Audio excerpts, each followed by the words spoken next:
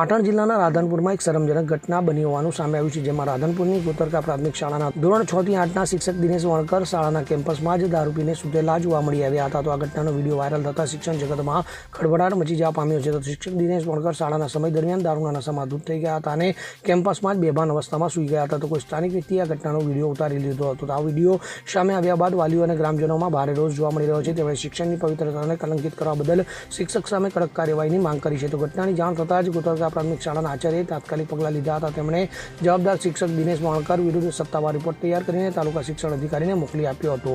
આ રિપોર્ટમાં શિક્ષકની બેજવાબદારી ભરી કરતૂતની વિગતો આપીને નિયમાનુસાર કડક કાર્યવાહીની રજૂઆત કરવામાં આવી હતી. તો આ ઘટનાએ શિક્ષણ આલમમાં ચર્ચા જગાવી છે. Bureau report CN24 news. હવે જુઓ દેશ દુનિયાની તમામ ખબરો તમારી આંગળીના ટેરવે.